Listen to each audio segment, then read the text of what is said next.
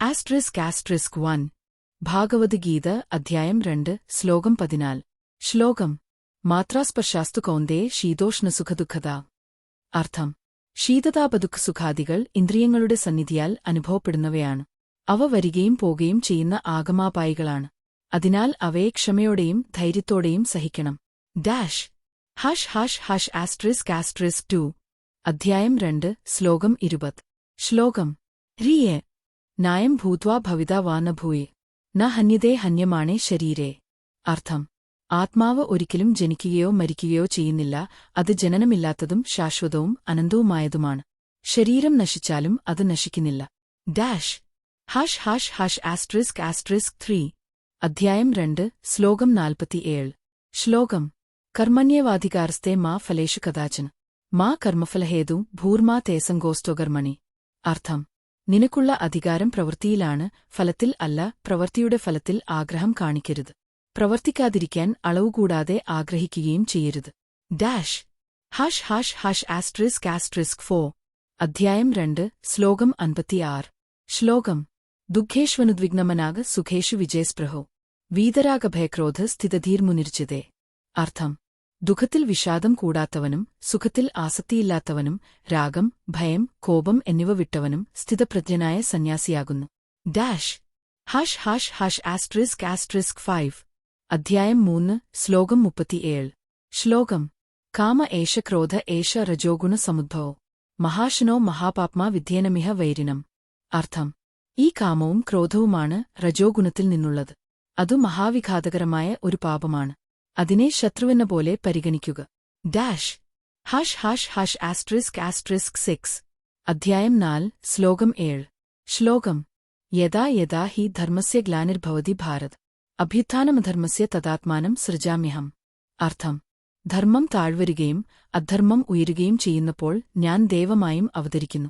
***7 അധ്യായം 4 ശ്ലോകം 9 ശ്ലോകം ജന്മകർമ്മ ച മേ ദിവ്യം എവം യോ വേത്തി തത്വതോ തിക്വാ ദേഹം പുനർജനമ നൈതി മാമേതി സോർജുന അർത്ഥം എന്റെ ജനവും കർമ്മവും ദിവ്യമാണെന്ന് യഥാർത്ഥത്തിൽ ആരറിഞ്ഞാൽ അവൻ ശരീരം ഉപേക്ഷിച്ച ശേഷം വീണ്ടും ജനിക്കുന്നില്ല, എന്നെ യഥാർത്ഥത്തിൽ കൈവരിക്കുന്നു. ***8 അധ്യായം 7 ശ്ലോകം 7 ശ്ലോകം മത്ത് പരതരം നാന്യത് കിഞ്ചിതസ്തി ധനഞ്ജയ മയി സർവമിതം പ്രോതം സൂത്രേ മണിഗണ ഇവ അർത്ഥം എന്നേക്കാൾ ഉന്നതമായ മറ്റൊരു വസ്തുവുമില്ല, എല്ലാം എന്റെ അകത്താണ്, ഒരു മാലയിൽ മണികൾ പരിപോഷിപ്പിക്കപ്പെട്ടിരിക്കുന്നു പോലെ. ***9 അധ്യായം 7 ശ്ലോകം 19 ശ്ലോകം ബഹൂനാം ജന്മനാമന്തേ ജ്ഞാനവാൻ മാം പ്രപദ്യതേ വാസുദേവോ സർവമിതി സമഹാത്മാ സുദുർലഭോ അർത്ഥം അനേകം ജന്മങ്ങൾക്കു ശേഷം ജ്ഞാനവാൻ ഒരാൾ വാസുദേവൻ എല്ലാം എന്ന് അറിഞ്ഞ് എന്നെ ശരണാഗതനാകുന്നു. അത്തരം ആത്മാവിന് ലഭ്യമാകുക വളരെ ദുഷ്കരമാണ്. ***10 അധ്യായം 9 ശ്ലോകം 27 ശ്ലോകം യത് കരോഷി യദ്സ്നാസി യജ്ജുഹോഷി ദദാസി യത് യത്തപസ്യസി കൗന്ദേ തക്കുരുഷ്വ മതർപ്പണം അർത്ഥം നീ എന്തു ചെയ്താലും, എന്തു ഭക്ഷിച്ചാലും, എന്ത് യജ്ഞം ചെയ്താലും, എന്ത് തപസ്സായാലും അത് എനിക്ക് അർപ്പിക്കുക.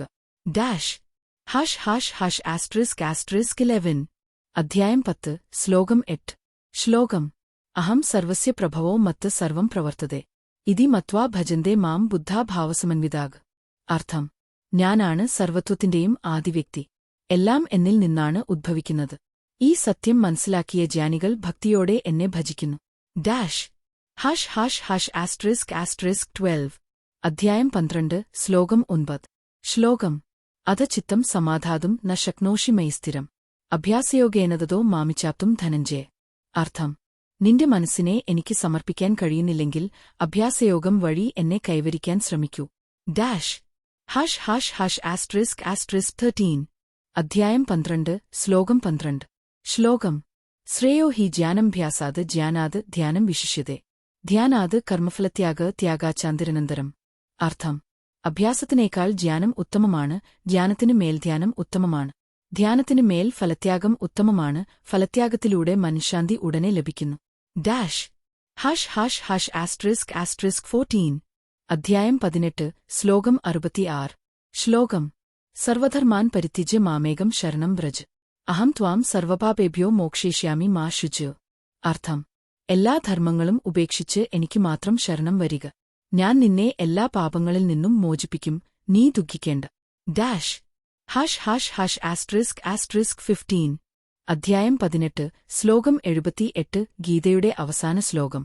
ശ്ലോകം: യത്ര യോഗേശ്വര് കൃഷ്ണോ യത്ര പാർത്ഥോ ധനുർധരു തത്ര ശ്രീർവിജയോ ഭൂതിധ്രുവാ നീതിർമതിർമമ. അർത്ഥം: അവിടെയാണ് ഐശ്വര്യവും വിജയം ഉള്ളതും നീതിയും നിശ്ചയത്വവുമുള്ളതും അവിടെ യോഗേശ്വരനായ കൃഷ്ണനും ധനുർധാരിയായ അർജുനനും ഉണ്ടായാൽ